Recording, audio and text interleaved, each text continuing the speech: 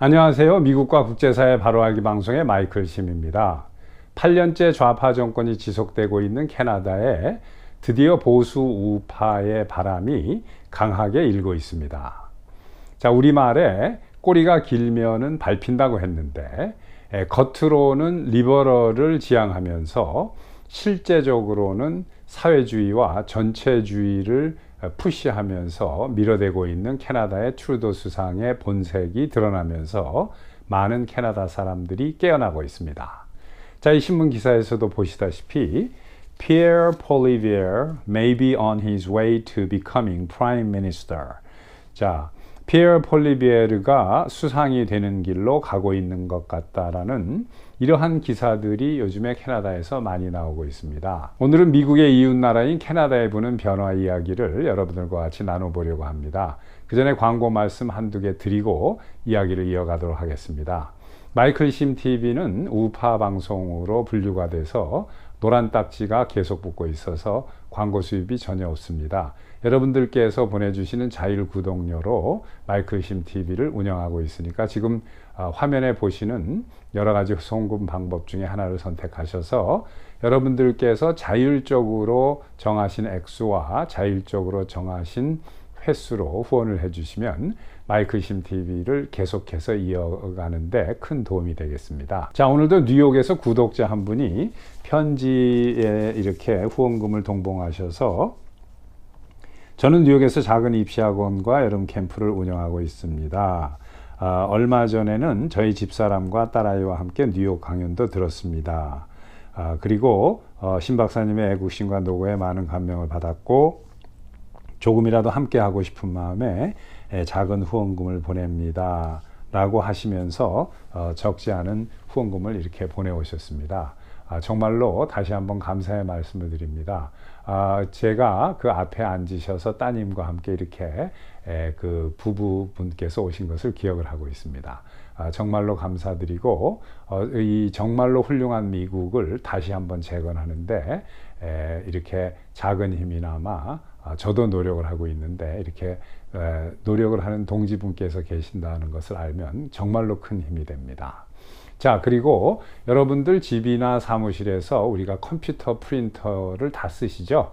여기에 토너, 잉크를 마이클 심 TV 구독자들은 엄청나게 싸게 살 수 있는 방법이 있습니다. 아마 미국에서 거의 가장 저렴한 가격에 그 프린터 잉크를 질이 좋은 프린터 잉크를 이렇게 사실 수 있습니다. 많이 애용해 주시기 바랍니다. 자, 그럼 이 캐나다라는 나라는 우리가 지리적으로도 미국과 붙어 있고 또 문화적으로는 뭐 퀘벡의 불어를 쓰는 지역만을 빼놓고 나면 미국과 뭐 거의 동일한 이러한 그 나라이기 때문에 뭐 영어도 액센트가 거의 미국과 뭐 99% 정도 비슷합니다. 그렇기 때문에 우리가 정치적인 면에서도 미국과 뭐 거의 대동소이할 거 아니냐라고 생각하는데 정치적인 면은 미국과는 상당히 많이 다릅니다. 우선 미국은 영국의 폭정에 항거를 하면서 영국과 싸워서 전쟁을 통해서 독립을 쟁취한 나라입니다. 그러나 캐나다는 사실 지금까지 엄격한 의미로 따지면 독립을 한 적이 없습니다. 캐나다는 모국인 영국의 반기를 들어서 독립운동을 하는 것에 그 반감을 가지고 이거에 반대하는 많은 미국인들이 1770년, 80년, 90년, 심지어는 1800년대 초에도 미국에서 캐나다로 이주를 한 사람들이 많습니다. 이렇게 영국에 충성하는 사람들을 보고 로얄리스트라고 하는데 이 미국에 있었던 로얄리스트는 미국이 어머니 나라인 영국에 대항하는 것에 매우 못마땅하게 생각한 거죠. 그래서 이 사람들이 그 캐나다로 북쪽으로 이주를 했습니다. 이민을 해서 거기에 있었던 그 영국 사람들하고 합쳐서 영국에 충성을 하면서 사는 그룹이 늘어난 거죠. 이게 캐나다예요. 캐나다라는 나라가 만들어진 지는 이제 한 150년, 160년 요 정도 되는데 그전에는 완전히 그냥 뭐 그 프랑스와 영국이 따로따로 이렇게 지배하는 두 가지 지역이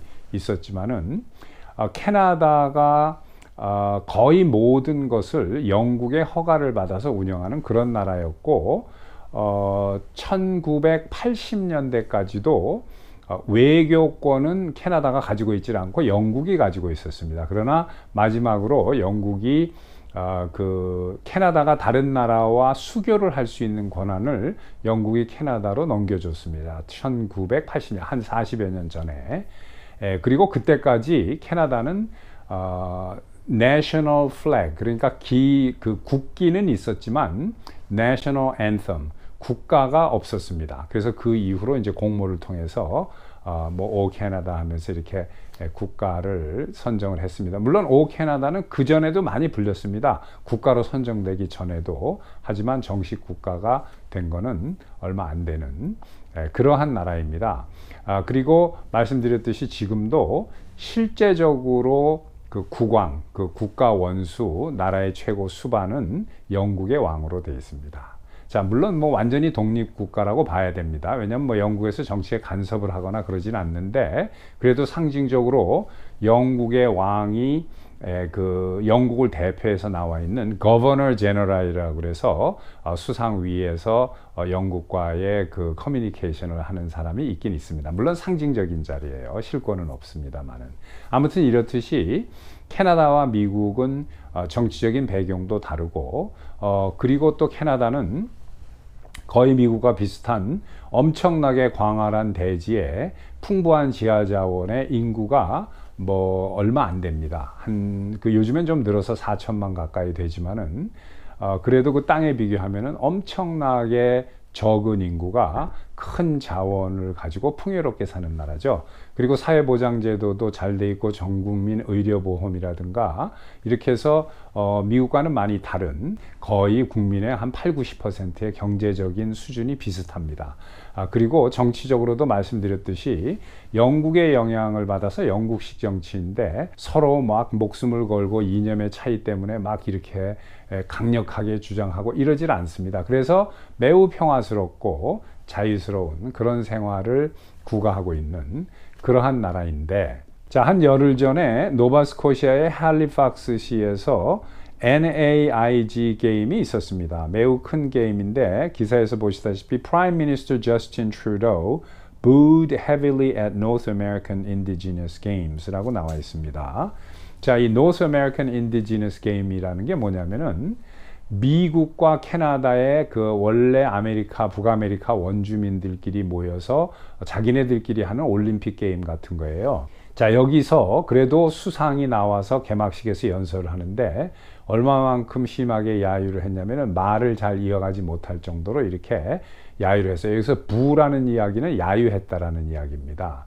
자, 이것은 이 자유당, 리버럴당으로 봐서는 매우 안 좋은 사인입니다.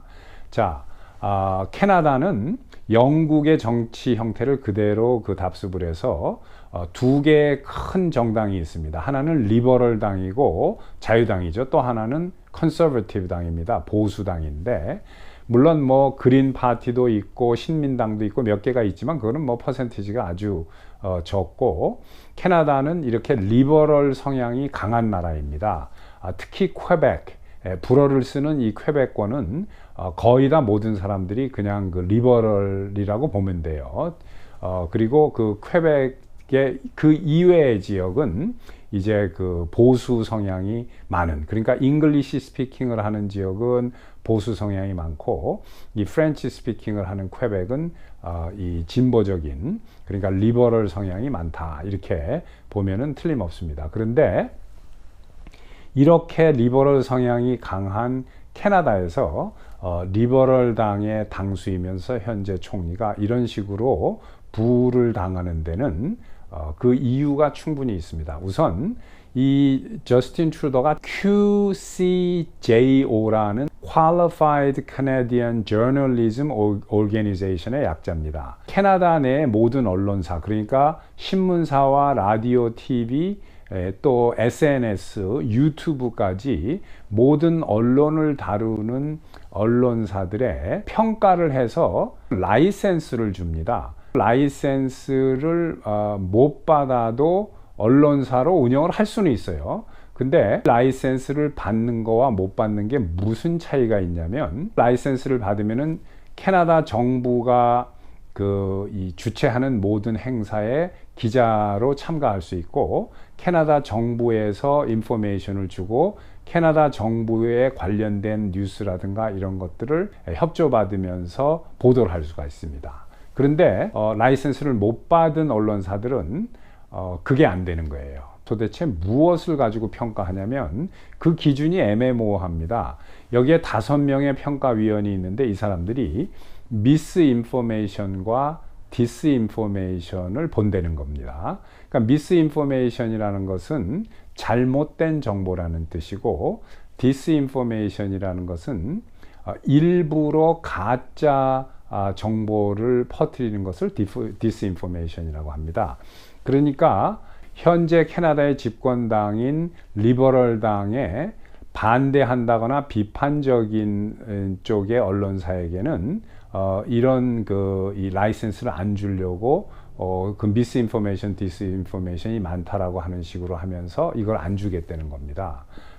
이것을 작년에 만들면서 갑자기 $61 million, 그러니까 6,100만 불의 돈을 언론사에게 그냥 풀었습니다. 저스틴 트루도가 연방 예산으로.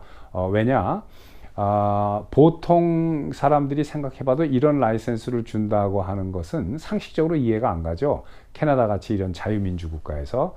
그러니까 이 코로나로 인해서 경제가 어렵고 하니까 그냥 준다라는 미명으로 사실은 언론사의 입을 막을 요양으로 돈을 뿌려버린 겁니다. 그냥.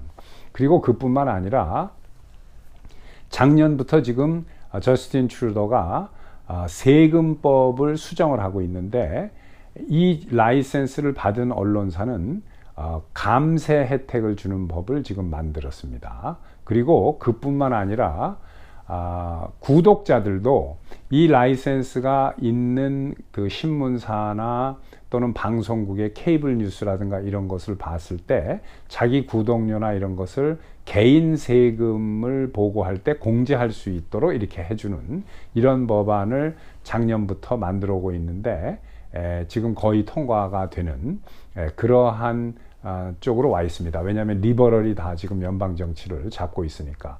물론 그 정부가 이런 식으로 이제 편법을 쓰는 거예요. 그러나 이렇게 세금 혜택이 있고 또 없고 하면은 이것은 정부의 언론, 정부가 컨트롤하는 언론 쪽으로 말을 들을 수밖에 없는 상황으로 자꾸 몰아가겠다는 겁니다. 자, 이런 것을 깨달은 캐나다 사람들이 매우 분개를 하면서 보수 성향으로 돌아서고 있는 겁니다. 캐나다는 원래 이 퀘벡이 그 인구가 많았기 때문에 퀘벡에서 인기가 있는 사람이 연방의 수상이 되는 그러한 지역별로 그 독특한 점을 가지고 있는 그러한 나라였어요. 이념적인 분리보다는 지역적인 분리가 심했던. 그러나 지금 그게 완전히 변하고 있습니다.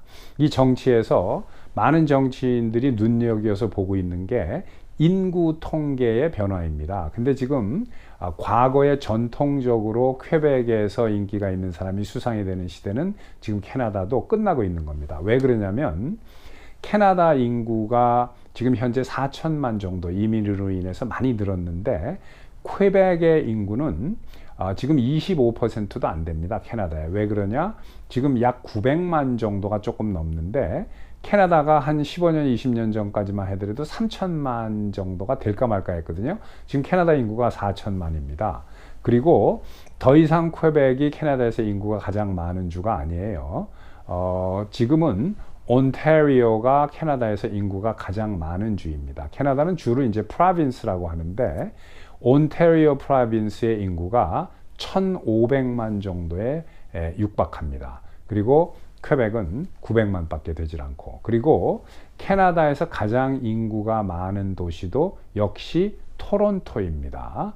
그래서 이 토론토는 인구가 지금 650만 정도가 되는 엄청나게 큰 도시가 돼 있어요. 몬트리올, 퀘벡에 있는 몬트리올은 지금 400만이 조금 넘습니다. 자, 캐나다의 보수 리더인 피에르 폴리에브르가 캐나다 사람들이 가장 관심 있고 가장 걱정하고 있는 이러한 이슈들을 정확하게 파악해서 지금 공략을 하고 있습니다. 그 중에 하나가 경제 문제인데 첫 번째로 그 인플레이션입니다. 지난 2, 3년 동안 저스틴 트루도가 사회주의 정치하느라고 망쳐놓은 캐나다의 경제 때문에 치솟는 물가를 정확하게 지금 비난을 하면서 공략을 하고 있고, 두 번째가 마약 문제입니다. 이 사회주의 리버럴 정치를 하면서 마약을 단속을 별로 하지 않기 때문에 마약 문제가 점점 심각해지고 있고, 또 동시에 똑같은 맥락에서 법과 질서 문제입니다. 법과 질서를 별로 그렇게 강력하게 지켜내지 않는 거죠. 이 사회주의 정권은 자기 정권에 반대하는 트러커들의 문제 이런 거나 그냥 강력하게 단속을 하지, 그 외에 뭐 좀도둑이라든가 뭐 이런 여러 가지는 잘 단속을 안 해서 지금 이 문제도 심각합니다. 그리고 매우 현명하게 지금 이 보수당에서 905 작전이라는 걸 해요. 905 작전이라는 건 뭐냐면은 전화 에리아 코드가 905입니다. 그래서 특히 그 토론토의 외곽 지역의 중산층 이상이 살고 있는 지역은 이제 이민자들이 엄청나게 많은데, 이 사람들이 캐나다 이제 국적을 취득하고 이 사람들의 많은 사람들이 보수 성향을 가진 거예요. 그러니까 이것을 공략하는 겁니다. 지금 이 피에어 폴리에브로가. 그래서 이게 지금 효과를 보고 있는 데다가 걷다가 캐나다의 그 이 멍청한 저스틴 트루도가 또 무슨 일을 했느냐. 캐나다가 여권이 바뀌었어요. 그래서 지금 새 여권이 나오는데, 이 새 여권에 과거에 있었던 캐나다의 가치를 대표하는 그 테리 팍스라든가 비미 머모리얼 같은 것을 없애버리고, 무슨 이렇게 돌멩이 같은 거나 실어서 이렇게 날르는 수레 같은 거를 집어넣었어요, 대신. 자, 이 팍스가 누구냐면은, 그러니까 테리 팍스라는 사람이 1980년대에 그 다리 하나를 절단을 하고 의족을 가지고 마라톤을 뛴 사람입니다. 그래서 캐나다인의 그 불굴의 의지의 상징이 된 사람인데, 이게 캐나다 그 여권에 있었는데 이거 없애버렸어요. 그리고 비미 머모리얼이라는 것은 지난 한 120년 동안에 캐나다의 많은 그 사람들이 여러 가지 그 전쟁에 참전을 했습니다. 캐나다의 그 자유를 지키고, 또 대영 제국의 일부 국가였기 때문에 영국이 관련된 모든 그런 그 자유를 지키는 전쟁에 나가서 목숨을 바친 군인들을 기리는 그러한 게 비미 머모리얼인데, 이게 여권 페이지에 있었는데 이걸 없애버렸어요. 그러니까 재향 군인에는 물론이고 일반 애국단체 그리고 일반 국민들까지도 이 저스틴 트루도가 바꾼 새 그 여권에 대해서 엄청나게 분개하고 있습니다. 그러니까 이제 꼬리가 길으니까 밟히는 거예요. 이제 사회주의 본색이 드러나는데, 자, 이런 식으로 지금 그 내노 리서치라는 데서 지금 당장 캐나다에서 그 연방 선거가 이루어지면 보수당의 당수인 피에어가 당연히 이 수상이 된다라고 이렇게 통계 조사에 나오고 있습니다. 물론 앞으로도 2년 정도 남아 있으니까 더 두고 봐야 알겠지만은, 지금 이 상태로 가면은 당연히 보수당이 그 차기 수상을 배출할 것으로 이렇게 보입니다. 그것을 이 뒷받침해주는 가장 좋은 근거가 뭐냐면은 도네이션입니다. 선거 도네이션이 9.5 밀리언 정도가 들어왔습니다. 3월까지. 근데 동기간에 들어온 캐나다의 그 리버럴은 약 350만 불밖에 안 들어왔어요. 그러니까 보수당의 그 도네이션 액수의 3분의 1 정도밖에 지금 들어오고 있지 않습니다. 캐나다의 이 리버럴 파티가. 그러니까 저스틴 트루도가 얼마만큼 인기가 하락하고 있는지를 여실히 보여주는 거죠. 그래서 이런 좋은 보수의 바람이 캐나다에 불고 있습니다. 그리고 미국도 지금 그 바이든은 뭐 계속 넘어지고, 뭐 자기가 지금 어디 있는지도 잘 모르고, 뭐 이러한 그 실언이 계속되고, 이런 거 때문에 미국의 민주당, 전통 민주당 사람들도 바이든은 아니다라는 사람이 늘어나고 있고, 미국과 캐나다가 지금 비슷한 시기에 강력한 보수의 바람이 불고 있습니다. 자, 오늘 이런 이 캐나다, 미국의 이웃 이야기를 해봤습니다. 구독, 좋아요, 알림 설정, 그리고 많은 분들과 함께 마이클 심 TV의 영상을 공유해 주시기 바랍니다. 감사합니다. 또 뵙겠습니다.